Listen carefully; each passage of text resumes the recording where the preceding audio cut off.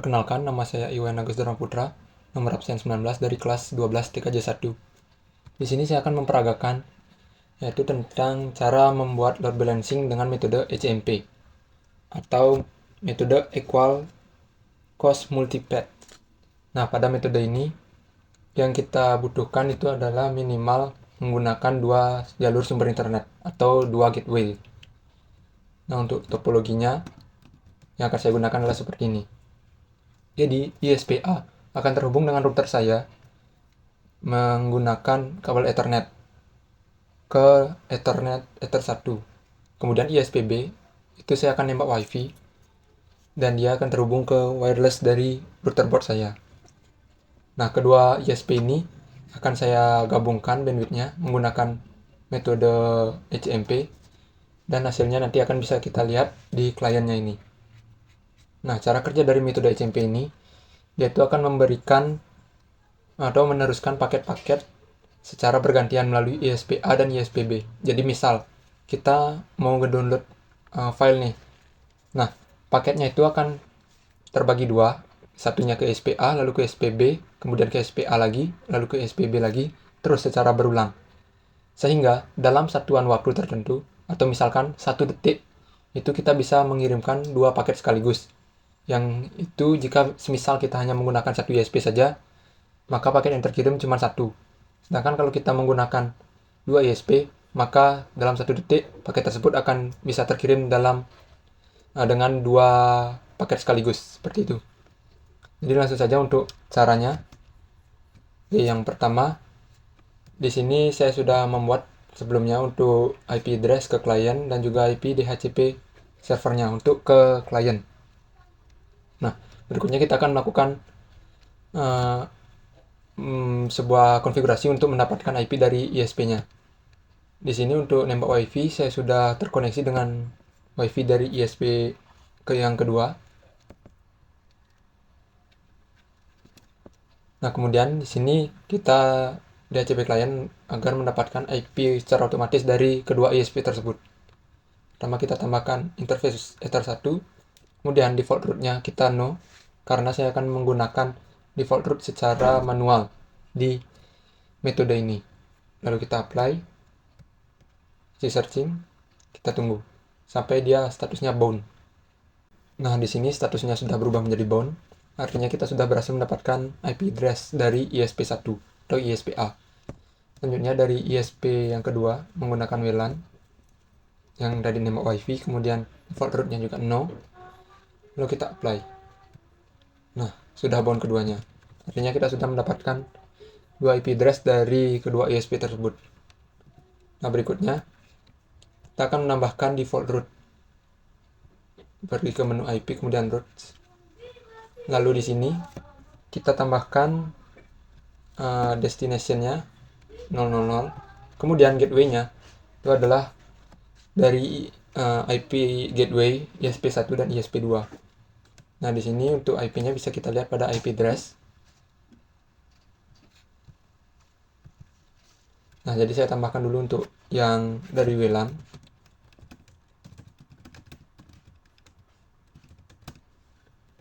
Lalu kita tambahkan untuk yang dari Ether 1 atau ISP A.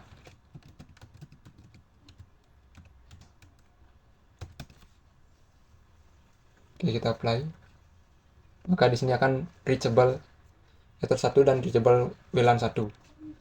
Nah, pada metode ECMP ini yang kita mainkan itu adalah pada default route-nya ini.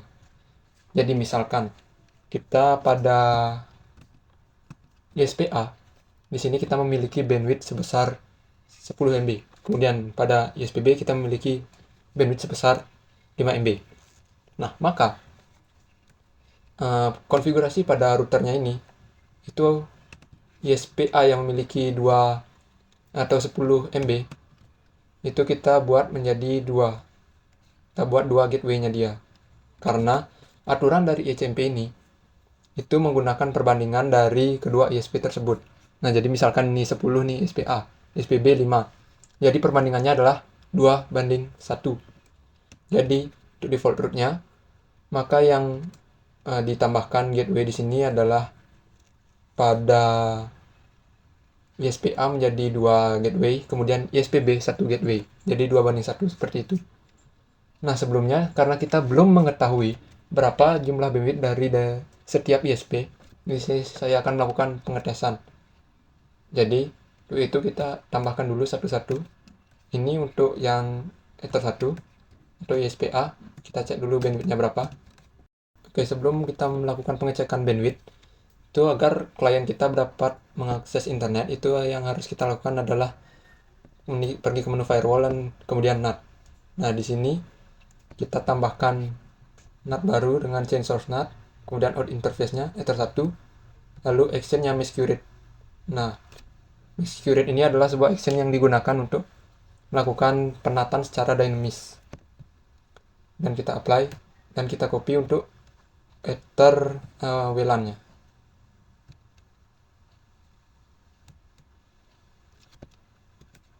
Nah, sudah.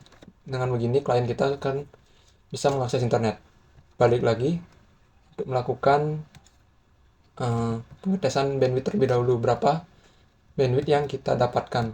Oke, mohon maaf. Jadi tadi saya lupa mengecek gateway dari Ether 1 ini. Nah, ternyata Ether 1 ini gateway-nya adalah 192.168.58.115. Jadi itu yang kita tambahkan di roots-nya. Ada IP roots, kita tambahkan 115. Nah, dengan ini baru bisa jalan ya. Coba melakukan pengetesan bandwidth, berapa bandwidth yang kita dapatkan dari ISPA ini. Nah, jadi bandwidth yang kita dapatkan di yang kisaran angka 18. Kita bulatkan menjadi 20. Nah, kemudian kita cek juga untuk bandwidth yang kita dapatkan dari ISPB. Kemudian buat tambah baru ke ini IP gateway-nya 192.168.19. Oke, kita tes bandwidth-nya.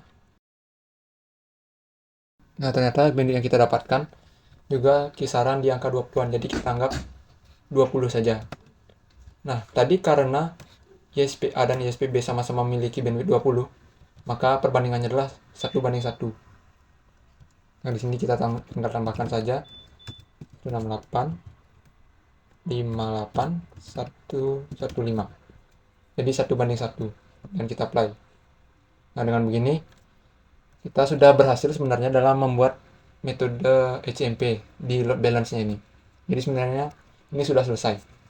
Hanya saja dalam melakukan metode HMP ini tidak akan sempurna atau tidak akan bagus kalau tidak melakukan pemisahan traffic. Jadi agar lebih bagus lagi atau lebih sempurna lagi, kita akan melakukan pemisahan traffic. Oke, caranya kita masuk ke menu firewall, kemudian kita pergi ke Mangle. Nah, kita pisahkan trafficnya di sini. Yang pertama kita buat adalah chain-nya pre-routing, kemudian chain-nya adalah input, kemudian interface-nya adalah sumber internet dari ISPA. Nah, kenapa chain-nya input? Karena kalau kita lihat dari paket flow, ini adalah input. Nah, jadi kita akan mendefinisikan seluruh paket yang masuk dari ISPA. Nah, jadi dari paketnya di ISPA ini masuk ke router, baru kita tandai. Dan action-nya adalah mark connection. Connection mark-nya adalah koneksi ISPA. Pasti oke-nya dicentang dan apply. Kita buat juga untuk yang ISPB.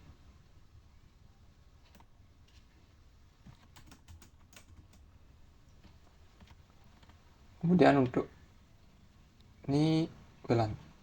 Nah, kita apply. Nah, kemudian kita tandai routingnya dia.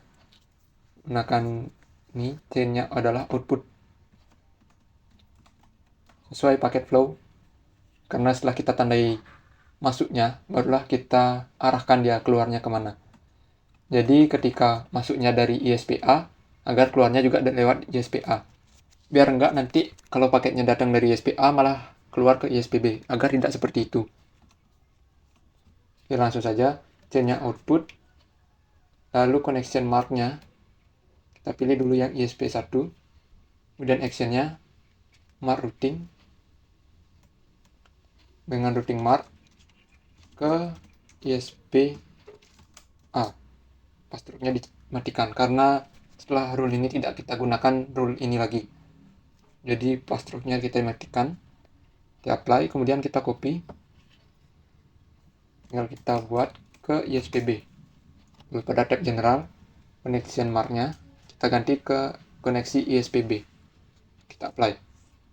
Nah, untuk menandai koneksi sudah selesai.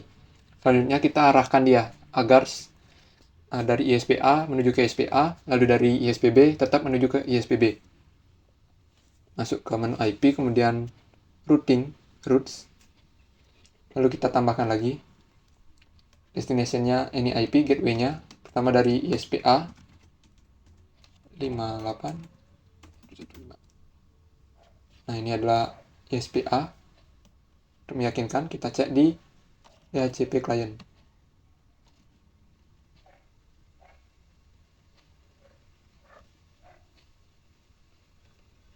Ini dia, 58115. Kemudian routing mark-nya kita buat ke ISP-A. Nah, agar ketika load balance ini berjalan, dia juga menerapkan yang namanya itu failover. Jadi ketika ada satu internet mati, maka akan di backup.